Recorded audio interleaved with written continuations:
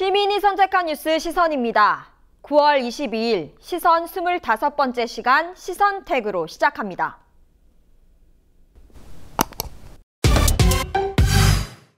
한 주 동안 일파만파 시민편집단이 주목한 뉴스들을 정리하는 시간 시선택입니다. 9월 셋째 주 시민들이 가장 주목한 뉴스는 국정원입니다.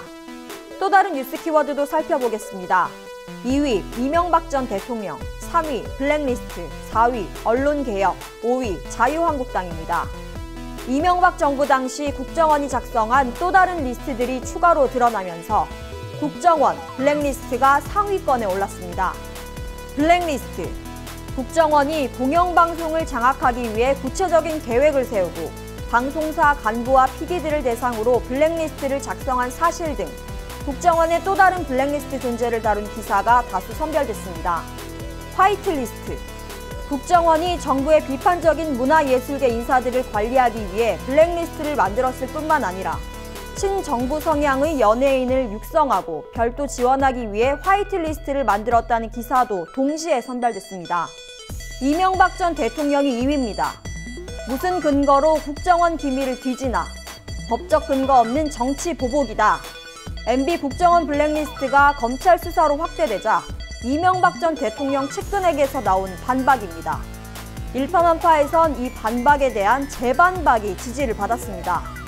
MB 블랙리스트 수사의 법적 근거가 국정원법상 충분하다는 팩트체크 결과부터 이명박 전 대통령을 출국 금지하고 특검을 추진해야 한다는 칼럼, 국민 대다수가 이 전 대통령 조사를 원한다는 여론조사 결과까지 대부분 이 전 대통령에 대한 수사에 긍정적인 내용입니다.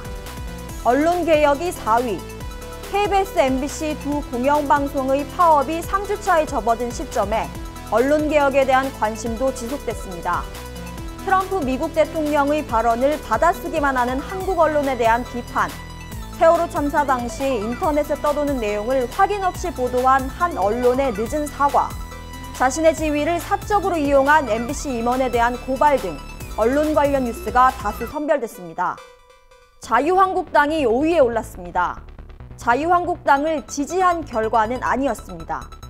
고위공직자 비리수사처, 공수처 설치를 자유한국당이 반대하는 상황을 두고 파출소 생기니 폭력배가 싫어하는 꼴이라고 표현한 노회찬 의원의 일갈, 자유한국당이 대구에서 전술핵 재배치를 요구하는 집회를 연 다음 날 적폐 정당 자유한국당은 해체하라는 내용의 집회를 연 대구 시민들의 외침 등 대체로 자유한국당의 이의를 제기하는 내용입니다.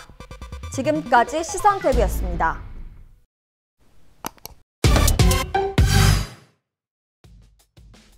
정치군인, 사전적인 의미로는 군인 일보다 정치적 활동에 치중하는 군인을 말합니다. 정치군인이 꼬리표처럼 따라붙는 김관진 전 청와대 안보실장이 최근 주목받고 있습니다. 이명박 박근혜 정권의 비리에 관련된 의혹에서 중요한 등장인물입니다. 이철희 더불어민주당 의원이 공개한 자료에 따르면 우리 군은 2014년 치누크 헬기 14대를 약 1,500억 원에 구입했습니다. 하지만 이 헬기는 주한미군이 50년 가까이 운영했던 중고 헬기로 수명이 얼마 남지 않은 헬기였습니다. 심지어 판매한 지 1년 반 만에 2018년 9월부터 수리부속 판매를 중단하겠다고 통보한 은퇴 직전의 헬기입니다. 수명이 얼마 남지 않은 중고 헬기를 국민 세금 1,500억 원을 들여 국방부 장관 지시로 구매를 했다고 이철희 의원은 주장했습니다. 한국군은 미국의 호갱이라는 말이 나오는 가운데 국방부 장관 지시로 무리하게 도입된 이 중고 헬기에 대해 지난달 합참은 사업 타당성이 없다며 성능 개량 사업을 취소했습니다.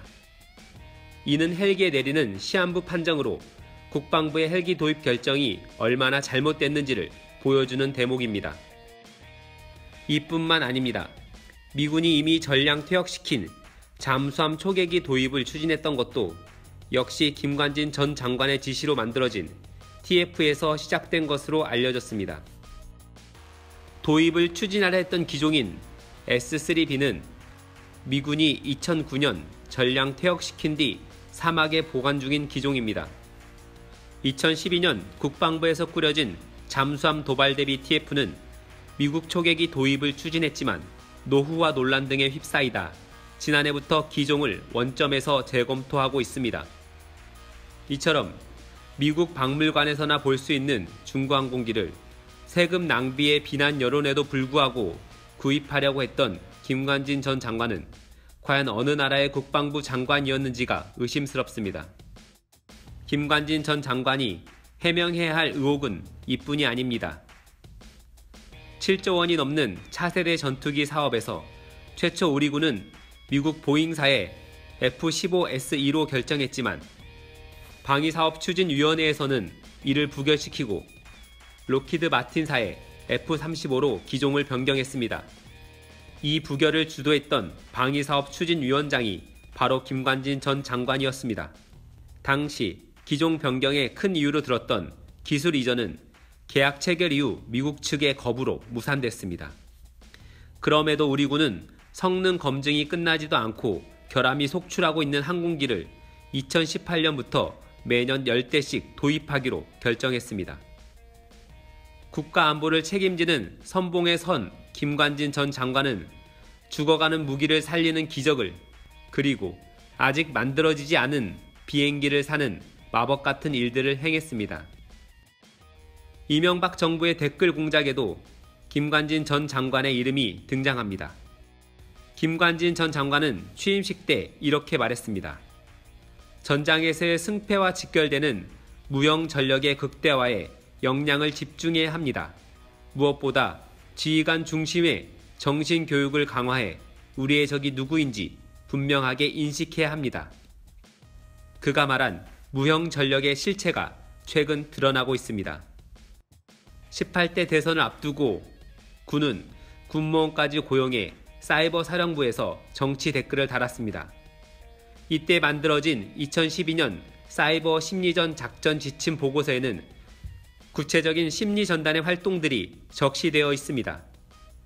그런데 2013년 대정부 질문에서 김 전 장관은 그런 보고서는 없었다고 주장했습니다. 이명박 정부 때 2010년 국정원이 국가 심리정보활동 방향에 대한 지침서를 군 사이버에 내린 사실을 알고 계셨나요? 모르고 계셨나요? 그런 사실이 없는 걸로 알고 있습니다. 장관도 국방부도 부인했던 보고서가 공개됐고 문서에는 김관진 장관의 서명이 담겨 있었습니다.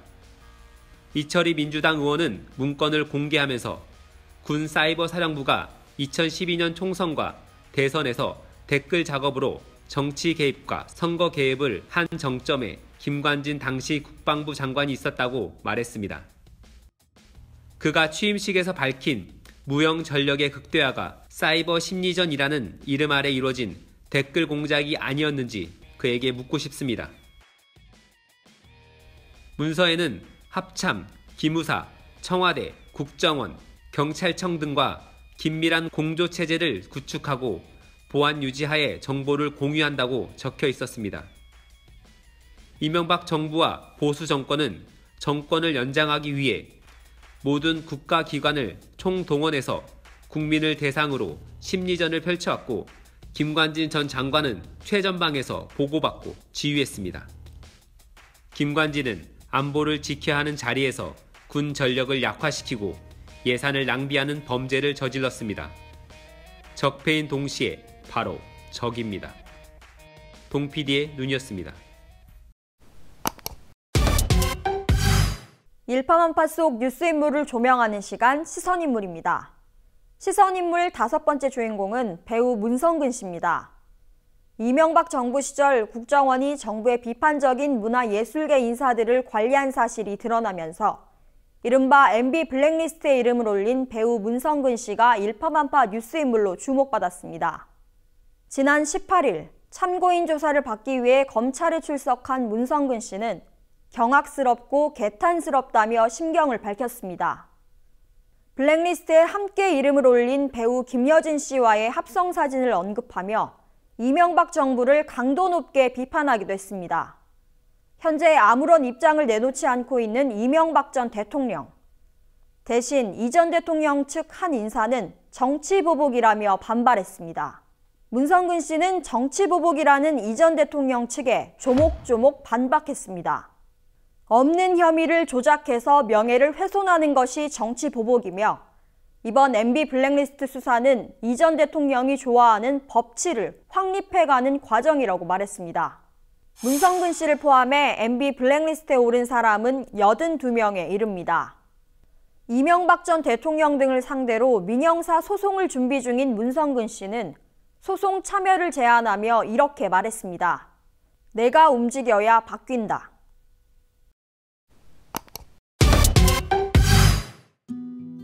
정신나간 장관이 정신교육을 하셨군요. 김관진 전 국방부 장관이 대선을 코앞에 둔 지난 2012년 7월 댓글 부대원들을 모아놓고 정신교육을 시켰다는 민주당 이천희 의원의 주장에 대해 서해수는 나와라. 영화 김광석 개봉 이후 자살한 것으로 알려진 김광석 씨가 부인 서해순 씨에 의해 타살됐을지도 모른다는 의혹이 제기되는 상황에서 김광석 씨의 외동딸 서연 씨가 지난 2007년 사망한 사실이 뒤늦게 밝혀지자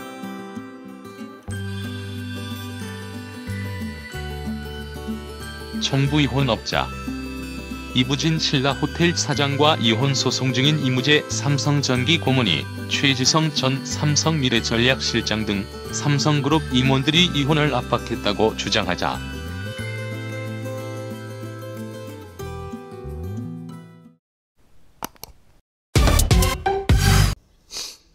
영욱이 형님, 호연아! 이제는 이 세상에서 이루지 못한 일들을 우리에게 맡겨두고 화마가 없는 곳으로 가서 편히 잠드소서.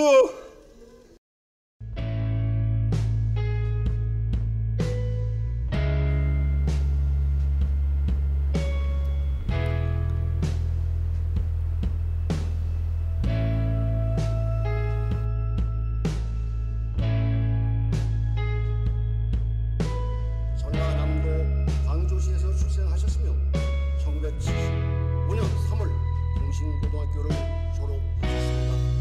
1983년 10월에는 육군으로 만기 전역하신 후 1988년 2017년 9월 17일 새벽 4시 20분경 강릉시 강문동 성난정 화재 진압 활동 중 순직 사고한 고 이영욱 소방경, 이호연 소방교님의 명복을 빕니다.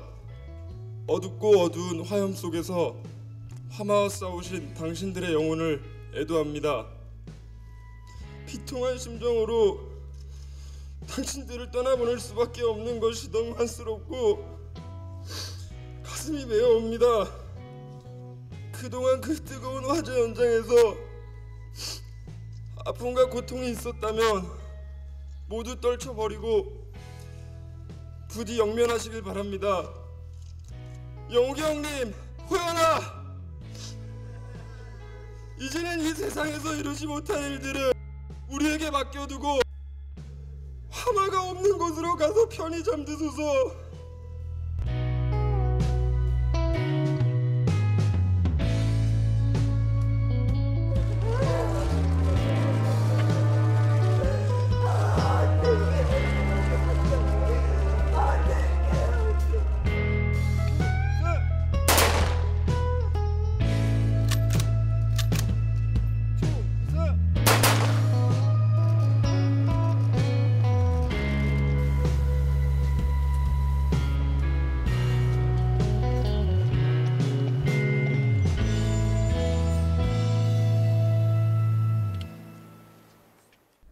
시민이 선택한 뉴스 시선에선 클로징도 시민이 직접 합니다. 세월호 참사가 발생한 지 3년이 훌쩍 넘었습니다. 그 사이 지지부진했던 세월호 인양이 성공했고 미수습자를 찾기 위한 수색 작업이 현재 진행 중입니다. 정부는 수색을 이달 말 종료하겠다는 입장입니다. 하지만 아직 돌아오지 못한 미수습자가 5명입니다. 25번째 시선은 목포신항에서 동생 권재복 씨와 조카 혁규 군을 기다리고 있는 권호복 씨의 클로징으로 마무리하겠습니다.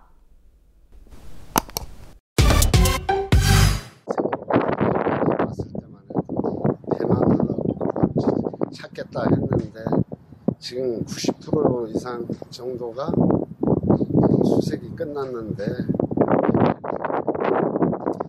그래도 마지막까지 지켜와서 찾아가야죠. 5명이 남았는데 나는 내 동생하고 조카를 아직 흔적도 없으니 그냥 마지막까지 기다려서 확인하고 찾아가야죠. 그러지 말고.